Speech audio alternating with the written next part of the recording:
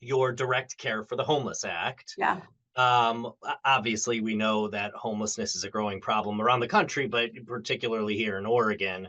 Um, it, I'm interested by a bunch of different things, and I'll let you kind of explain it a little bit more. But one is that I don't think many people think we need more people to help homeless people is kind of one of the facets of this, right?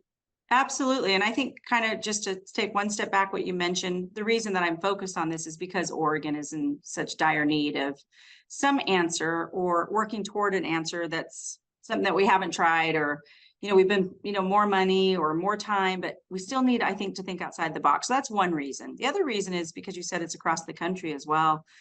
And some of my colleagues here, this is something I talk about, and they're like, yes, it's affecting us as well. So I think this will be a bill that's going to not only help Oregon, but it might be something, important to address for the entire country as we're all experiencing homelessness and drug addiction and mental health crisis. It's kind of a multifaceted bill that we're going to try to touch on all three. What you mentioned is the providers or the, treatment, the caregivers, and where do we find those people? Oftentimes, there's not enough of them, one, two, to get out on the street. So the component of this that I think is unique is the street medicine part, where, how do we meet these people who are suffering from mental illness or drug addiction and homelessness where they are? We often hear that term, meet them where they are. Well, it's true. We can build all the homes that we want, all of the facilities, but if we cannot understand and diagnose their either mental health or drug addiction or both, we have to go out to them, try to triage where they are, what services they do need, and then get them into stabilized housing. So we needed a provider for that. And one of the pieces of this bill that I think is unique is also possibly reimbursement for these providers to take the time to get out on the streets and provide that street medicine. Two, if we see students who are going into this field, in the medical field, we can possibly offer them maybe some credit to their schooling in order to do this kind of work, kind of like a military style. You give us some time, we'll help you with your affordability in your education. So I think that that's the difference. And then they can apply for grant funding through this program and say, hey, we want to offer this, we want to address it. So that's the unique piece, the street medicine, the providers being able to be reimbursed, and then offering, some sort of education reimbursement that they can apply for.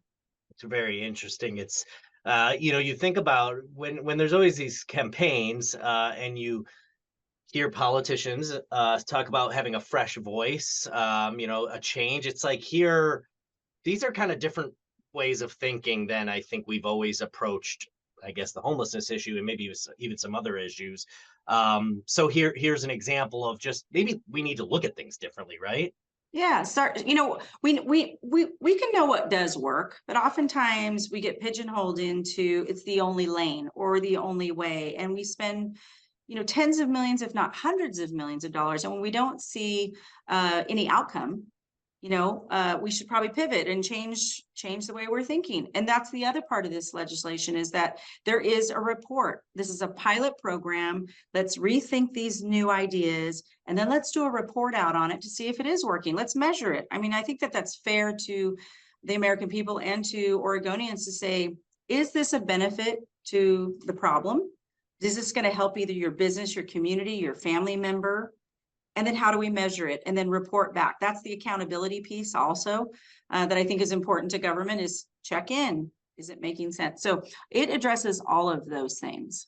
I wonder from your time in Washington and speaking with your colleagues, obviously in Oregon, the concept of homelessness is something that's talked about a lot. And I know there's some other Seattle, LA, and there's some other That's right. parts of the country. But what is the common reaction with your colleagues? I mean, does it seem like some of them don't really even recognize it as big of a problem as you see it as?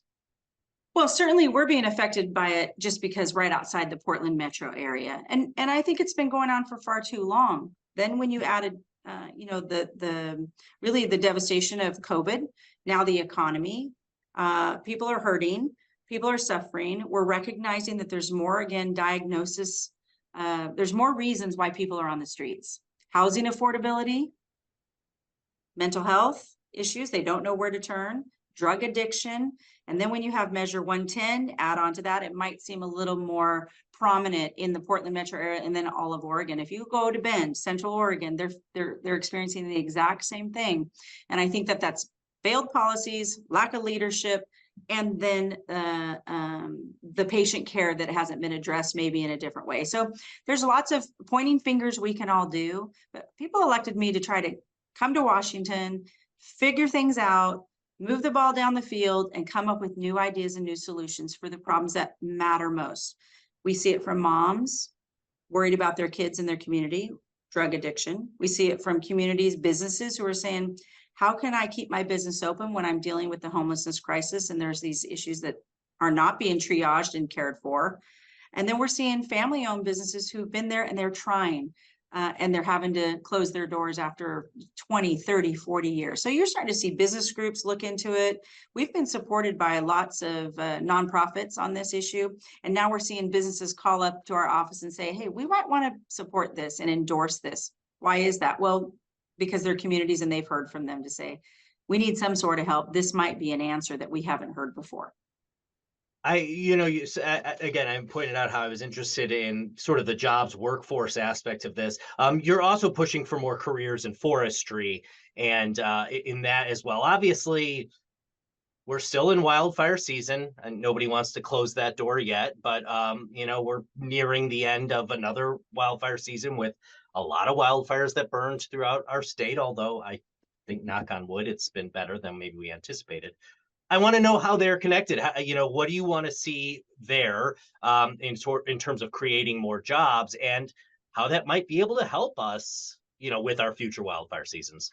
Exactly. I think one of the main focuses that as representatives, no matter where we're from, and this other bill that you mentioned, I'm signed on with Marie Gluesenkamp Perez from Washington. Why? Forest fires matter there as well. The West, we often have these massive wildfires during fire season. We're concerned. We're always trying to measure how bad is it going to be. Well, I can tell you this, it doesn't matter if it's a good season or maybe not as bad, it's still bad for the people living there. It's still bad for the environment. It's still bad for lots of various reasons. So addressing some of our biggest priorities in Oregon, homelessness, wildfires. I hear that all the time. So you would think, well, that's unique. Yes, it is unique to the West and it's unique to Oregon. So that's why those are priorities for me. How do we get more people in the field to understand what we're dealing with? Forest fires, fighting fires, the forestry profession, understanding what it means to be a forester. There's not many foresters in Congress. So we would like to make sure that we're educating the public on, would you like to go into this field because it matters for your home state? That's what we're offering. Some benefits and some encouragement and some education to draw more people into the forestry profession. We were talking about veterans when we first came on. Obviously, a lot of veterans in your district and in the state of Oregon as well. What have you learned about the needs of veterans and what you think still needs to be done for veterans? Well, thank you. I am so glad you asked about that. We've been trying to support our veterans in various bills and so forth. And for the Portland VA, we did accomplish that. Over $500 million is going to go to the Portland VA. And that's going to be for a new facility, for upgrades of what they need, for new services.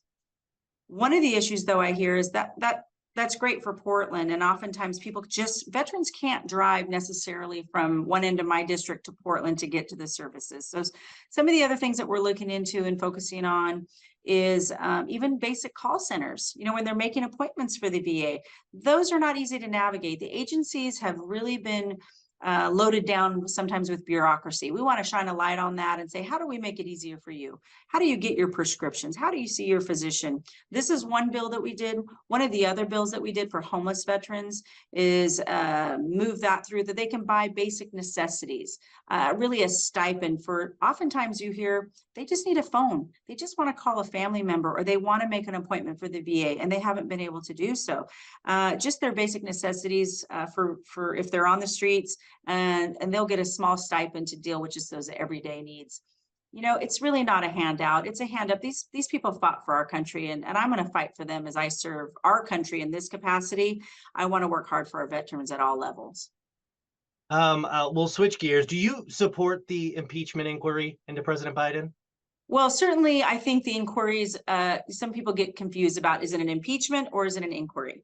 To me, this is, we've uncovered, new information. Well, that usually begs another question. Oh, well, maybe there's more information. Well, that's another question. And I think that that's what our constituents are asking. Let the investigation play out, and an inquiry allows for that. So supporting the inquiry is going to allow for us to have the information to know, is the president compromised? And that's where we stand, and we support that inquiry. So fair to say we're far off from you making a decision on whether you would vote to impeach Oh, President Biden. absolutely. This is just opening there's a good friend of mine here in Congress from New York. He's a former detective. He's like, this is how we should do all investigations. You have to be able to find the information. And again, we've heard in our offices, people want to know what that information is. So we would support an inquiry. It has nothing to do with the impeachment vote. It has to do with the inquiry. I know one thing that people in our area are concerned about is, are we headed towards another government shutdown? And for someone who's relatively new to Congress, I'll ask you where you think we are headed if we can avoid it, but also how can we avoid just having to have this conversation every year, every two, I just feel like we're always in this, are we going towards a government shutdown? Is a government shutdown looming? What have you seen in your time to say that we don't have to do this? Frustration. I'm glad that you asked it in kind of an exasperated voice of, again, we're going to see it again. People should be frustrated by this. We saw it in 13, we saw it in 18, we're seeing it again. It shouldn't be a political football, right? We shouldn't get in this mess. The people want us to be accountable. I'm going to do everything I can not to shut down this government, because I don't think that that's what Oregonians want, and I don't want to see that either. We did receive just the text about what this new bill could look like, passing a continuing resolution. We won't see that till Thursday. So my office just got it. We're still reviewing the text on if this is a good CR for 30 days or whatever has come up with. But I can tell you this, on the most basic level, people do not want to see this government shut down. This will affect all Americans, all Oregonians. So I'm going to do everything I can to avoid that. But the people should be mad. People should ask us. People should give us a call and say, yes or no, I'm not happy with this. What does it mean for us? So I'll fill you in this week when we're done. Yeah, I feel like this is one of those things where people get frustrated with with politics and politicians. You know what I mean? It's like, why do we all know Democrats and Republicans have different views on things, but does it have to be like this? Does Congress have to function this way? Yeah, that's adds to that bucket of why do we even bother with Congress? They are not doing their job. That's what you hear, right? I remember thinking that before I was in Congress. You just wonder, why would they put us in this position? It puts us in a very precarious position. It makes people very uncertain, nervous, scared, all of the above, as they should. And so it's our job to get here, show up, do the work. And that's what I'm going to do this week to try to avoid a government shutdown. As we mentioned, this is the first time I'm getting a chance to really speak with you, even though you're somewhat of a veteran now, but my first chance. What have you learned? What have you learned in your, now, year and a half? Well, almost 2 years, right? No, 9 months. So oh my gosh, yeah, January. Right, yeah, January. So I can't, time doesn't work in my brain. Probably for the election, we look at, back, it's but true. 9 months, it's gone very quickly. I will tell you this, the goodness of this job and meeting my colleagues across the country. You have a wide variety, Democrats and Republicans alike, who are working hard every single day for their districts. When I wanted this job, it was to do the work as I did with mayor, represent the people of Oregon, represent the people of my district, show up here, work hard every day, answer the accountability questions, understand how I vote, why it matters to my district. That's my number one goal. People are doing that in their districts as well. So, and they're fine. And that is, I will tell you, 85% of the conference is like me. Yes, we have others in the conference who, maybe they have different ideas or a different ideology. And you have to know that when you're at a table. I think the key answer is to be at the table. We certainly don't want to be at the table. So I want to be at this table. I want to understand what the issues are. And then I want to move for the goodness of this country and for Oregonians. And that is not having a government shutdown. Overall, though, I'll tell you, things move very fast.